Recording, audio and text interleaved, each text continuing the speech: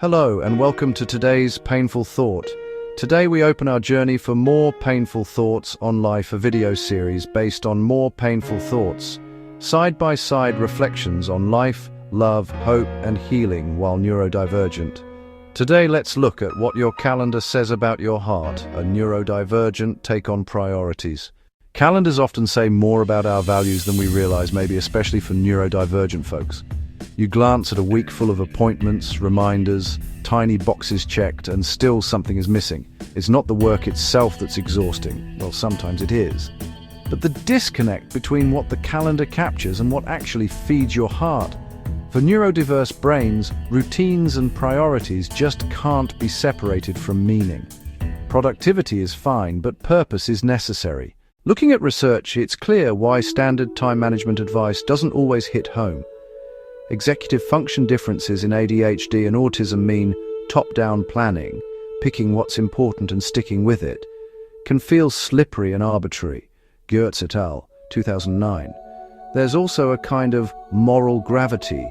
When you're asked to choose or act against your deeper values, discomfort can be acute, even physical. Crane et al., 2013. Many neurodivergent adults described migraines, shutdowns, or even stomach issues after a day spent masking or following priorities that clash with their true sense of self. Hendricks et al., 2022. Even the idea of motivation is complicated by atypical reward systems. Sometimes you can hyper-focus for hours on passion projects. Sometimes you're paralyzed by tasks everyone else breezes through. Tottenham et al., 2014. What does that mean practically? If you're neurodivergent, energy isn't just a fixed quantity, it's context-dependent. Activities that align with personal interests seem to return spoons, while those that demand hiding, pretending, or shoulding yourself sap energy fast. The spoon test reframes priorities. Instead of chasing urgency or importance, check if an activity leaves future you feeling proud or drained. Values. Mapping is another way to cut through clutter. Let your passions and special interests set the course. Ask yourself if a task connects to what genuinely matters, or imagine what a favorite character or role model would do. Giving yourself permission to abandon things may feel radical, but a quit list of 3 things you no longer need to care about safeguards finite energy. There's no need to pretend care for something that brings only friction. Decision-making is deeply embodied. Jaw tension, tight shoulders, or happy stimming. These signals carry real information about alignment and cost.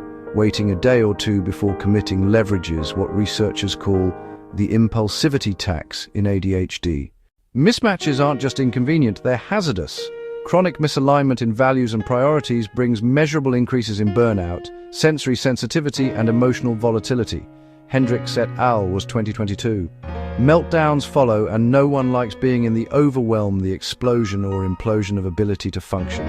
If you keep ending days exhausted, not just from tasks but from fighting yourself, it's a sign to look closer.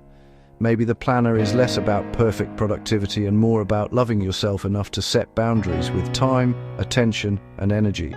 Even noticing a single discrepancy, where you went through the motions but your heart wasn't in it, is a meaningful step. Here are some personal reflections for you to sit with. What's one thing I always make time for, no matter how busy? What value does it honor? Where do I feel values priority conflicts in my body? For me, it's jaw tension. What should can I delete from my mental list this week?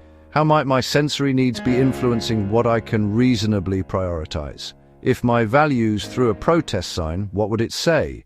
Thank you for watching. Please like, comment and share. Until next time, I wish you less painful thoughts.